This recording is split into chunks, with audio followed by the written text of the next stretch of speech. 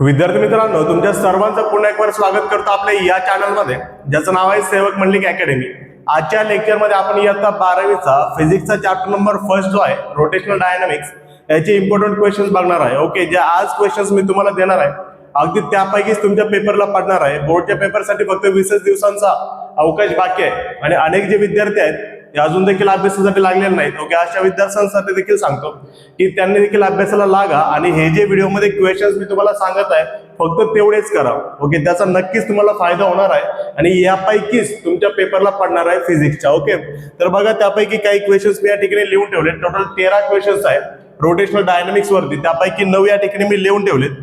Okay, आणि पुढचे जे 4 आहे बघा यानंतर आपण बघणार आहे. ओके, हा जो रोटेशनल डायनामिक्स आहे तो 1 नंबरचा चॅप्टर आहे. त्याचा जो वेटेज आहे बघा ते पेपरला 5 मार्कांसाठी येतो आणि विथ ऑप्शनचा जर विचार केला तर 7 मार्कांसाठी येतो, म्हणजे 5 ते 7 मार्कांच्या दरम्यान तो विचारला जातो. ओके, आणि अगदी सोपा चॅप्टर आहे. जर तुम्ही एवढे क्वेश्चन जरी केले तर त्यापैकी तुम्हाला निम्म्याच्या पुढे मार्क मिळतील. ओके, आणि सर्व क्वेश्चन्स केले ओके 9 आणि पुढचे 4 13 तर आउट ऑफ देखील मिळू शकतात. तर बघा पहिला जो क्वेश्चन आहे याच्यावरती तो आहे डिफाइन सेंट्रिपिटल फोर्स. आता सर्वांना माहिती आहे सेंट्रिपिटल फोर्स म्हणजे काय. Okay, the net force directed towards the centre is called as centripetal force. Okay, आणि त्याचा फॉर्म्युला काय तेवढं लक्षात ठेवायचं, F is equal to mv square upon r. Okay, संपला विषय.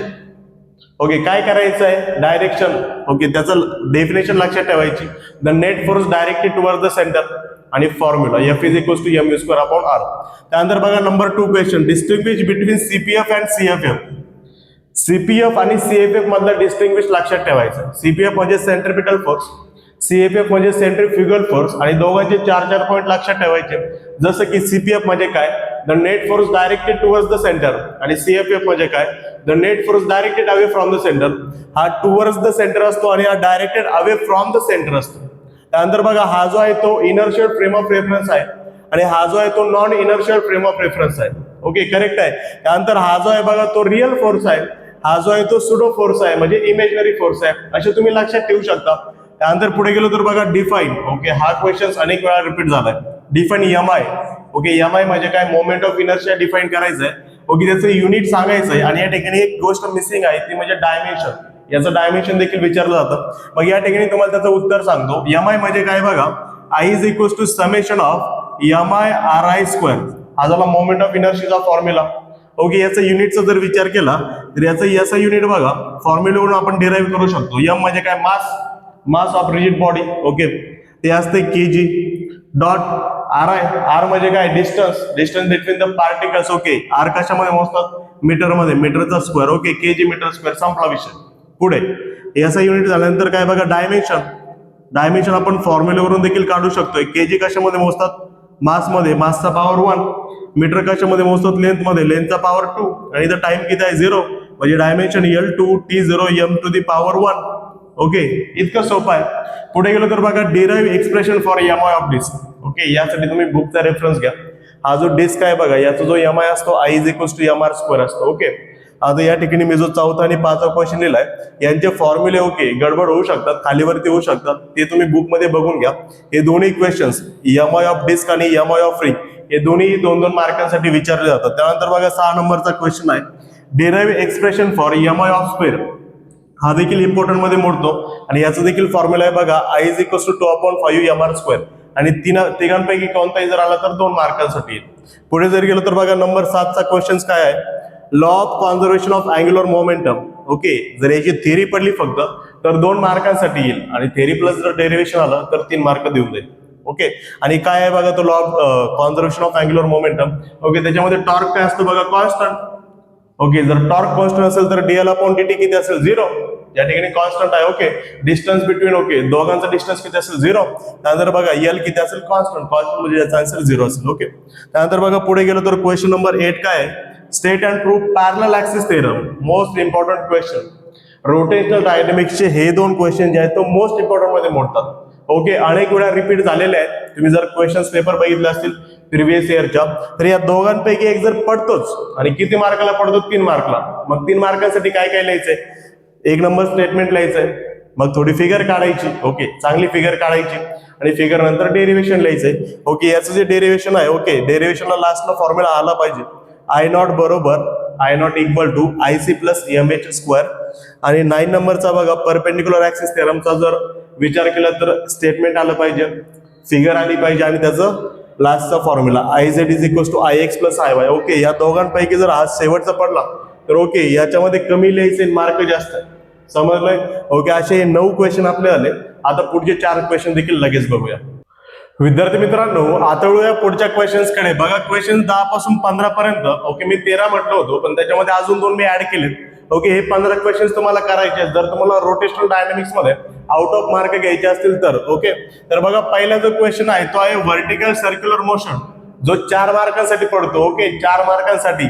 आणि तो बुक मध्ये जर बघितला तर 10 नंबरच्या पेज वरती दिलेला आहे. त्याचा आन्सर जर बघायचा विचार केला तुम्ही तर बघा, हा जो व्हर्टिकल सर्क्युलर मोशन आहे याचं डेरिव्हेशन तुम्हाला फाइंड करायचं आहे. ओके, त्याच्यामध्ये टॉप मोस्ट स्पीड फाइंड करायचं आहे. ओके, टॉपची वेलोसिटी, त्यानंतर बॉटम मोस्ट स्पीड फाइंड करायची म्हणजे बॉटमची वेलोसिटी, आणि मिडवे म्हणजे मधील जो वेलोसिटी आहे बघा ती फाइंड करायची. जसं की बघा, याचा आन्सर जर विचार केला तर एक सर्कलचा आहे. ओके, सर्कल आहे त्या ठिकाणी. ओके, हा टॉप मोस्ट स्पीड झाला जो असतो V is equals to under root R G. त्यानंतर बघा, हा झाला बॉटमचा स्पीड जो असतो बघा V is equals to under root 5 R G. आणि हा झाला मिडचा वे. ओके, मिडवेची वेलोसिटी जी आहे बघा V is equals to under root 3 R G. Okay, मग हे आलं कसं, याचं डेरिव्हेशन तुम्हाला त्या ठिकाणी लिहायचंय जे 4 मार्कांसाठी आलेलं आहे याच्या आधी आणि परत येऊ शकतो. त्यानंतर बघा, क्वेश्चन नंबर 11 रोलिंग मोशनचं डेरिव्हेशन बघायचंय, ते 3 मार्कांसाठी येऊ शकतं. बुकचं पेज नंबर 19 आणि 20 आहे. ओके, त्यावरती तो टॉपिक दिलेला आहे. क्वेश्चन नंबर 12 बघा, derive an expression for that relates angular momentum with the angular velocity. Okay, book page number 17 वरती तुम्ही बघितलं तर L is equals to I omega हा फॉर्म्युला तुम्हाला डिराइव्ह करायचा आहे. ओके, तो आणि हा जर क्वेश्चन तुम्ही केला बघा, क्वेश्चन 12, क्वेश्चन 13 आणि क्वेश्चन नंबर 15, हे तिघांची जी थेरी आहे आणि जे डेरिव्हेशन काढण्याची मेथड आहे ती लगभग सेम आहे, म्हणजे सारखीच आहे. म्हणजे तुम्ही ज्यावेळेस 12वा क्वेश्चन करताल त्यासोबतच 13वा आणि 15वा सोबतच करून घ्यायचा आहे. ओके, हा जो क्वेश्चन आहे 3 मार्कांसाठी विचारला जातो. ओके, 3 मार्कांसाठी, आणि याचा जो फॉर्म्युला आहे तो L is equals to I omega. त्यानंतर बघा 13 नंबरचा क्वेश्चन आहे obtain an expression relating the torque. टॉर्कचा काढायचा आहे विथ द अँग्युलर ऍक्सिलरेशन. जसा L is equals to I omega तुम्ही फाइंड करणार आहे अगदी तसाच. ओके, काहीच बदल नाही. ओके, एकदम त्या स्टेप आहेत तसंच तुम्हाला tau is equals to I alpha देखील फाइंड करायचं आहे. त्यानंतर बघा, क्वेश्चन नंबर 14 जो आहे तो एकाच मार्काचा आहे. याआधी 2 ते 3 वेळेस येऊन गेलाय. Define radius of gyration. Okay, radius of gyration म्हणजे काय बघा, जो आपला मोमेंट ऑफ इनर्शिया असतो तो असतो I is equals to M R चा स्क्वेअर. ओके, पण रेडियस ऑफ गायरेशन मध्ये आरच्या प्लेसवरती, आर जो डिस्टन्स आहे त्याच्या प्लेसवरती के यूज करतात. I is equals to M K चा स्क्वेअर. ओके, एवढंच आहे. मग त्यानंतर काय करायचं, आपल्याला के फाइंड करायचा असतो. हा असतो रेडियस ऑफ गायरेशन. मग एम जर इकडे आला तर आयच्या अकाउंटला एम येऊन जाईल, बरोबरच्या पलीकडे के चा स्क्वेअर. स्क्वेअर जर इकडे आला तर रूट मध्ये जाईल, म्हणजे K is equals to under root I upon M. हा झाला तुमचा रेडियस ऑफ गायरेशन. इतकं सोपं आहे 1 मार्कांसाठी. त्यानंतर पुढं फक्त डेफिनेशन सांगितली, त्या जागी हे लिहिलं तरी चालतं, 1 मार्क मिळून जाईल तुम्हाला. क्वेश्चन नंबर 15, 12, 13 आणि 15. Okay, same category. Okay, 15 number काय म्हटलंय, derive an expression for kinetic energy in terms of moment of inertia. Moment of inertia terms मध्ये कायनेटिक एनर्जी फाइंड करायची. तुम्ही जर बघितलं तर रेग्युलर कायनेटिक एनर्जीचा फॉर्म्युला आहे K is equals to 1/2 M V चा स्क्वेअर. ओके, पण जर याचा विचार केला K is equals to 1/2, okay, in terms of rotational, okay, अँग्युलरच्या फॉर्म मध्ये काढायचं तुम्हाला, म्हणजे in terms of moment of inertia हा फॉर्म्युला पाहिजे. मग एम व्ही स्क्वेअर चालेल का नाही? मग तुम्हाला माहिती आहे मास साठी काय वापरतात, अँग्युलर मध्ये नोटेशन आय, व्ही साठी काय वापरतात ओमेगा. झाला. ओके, पण याच्यातून याच्यामध्ये कन्वर्ट कसं केलंय ते डेरिव्हेशन तुम्हाला सांगायचं. त्यानंतर बघा L is equals to I omega. हा जो एल आहे बघा तो अँग्युलर मोमेंटम आहे. तुम्ही जर लिनियर मोमेंटमचा विचार केला तर P is equals to mass into velocity आहे. ओके, याला जर अँग्युलर मध्ये कन्वर्ट केलं तर पी ला काय यूज करतात, एल, पीचं नोटेशन एल. ओके, एम साठी काय यूज करतात बघितलं आपण आय, आणि वेलोसिटी अँग्युलर वेलोसिटी काय असते omega. L is equals to I omega. किती सोपं आहे. Okay, same to same. हा जर बघितलं tau is equals to I alpha, तर हा न्यूटनचा सेकंड लॉ आहे. न्यूटनचा सेकंड लॉ काय, okay, rate of change of momentum with respect to time. Okay, त्यालाच कसं लिहितो आपण, F is equals to M A. हा जो टोर्क आहे बघा, हा एफ, याला जर अँग्युलर मध्ये कन्वर्ट केलं तर एफ ला अँग्युलर मध्ये टो लिहितात. ओके, एम ला काय लिहितात आय, आता बघितलं, आणि ए जो आहे तो ऍक्सेलरेशन त्याला अल्फा लिहितात. ओके, पण हे अँग्युलर मध्ये कन्वर्ट केले कसे याचं डेरिव्हेशन तुम्हाला सांगायचं. ओके, त्याच्यासाठी 3 मार्क तुम्हाला मिळाले. ओके, मिळतील. समजलं इथपर्यंत? क्वेश्चन 1 पासून क्वेश्चन 15 पर्यंत जर तुम्ही केले ओके तर 7 पैकी कमीत कमी 5 मार्क तुमचे. ओके, या ठिकाणी आपण काय करूया, हे जे क्वेश्चन्स आहेत ओके ते मी दिलेले आहेत, या ठिकाणी आपण व्हिडिओ स्टॉप करूया.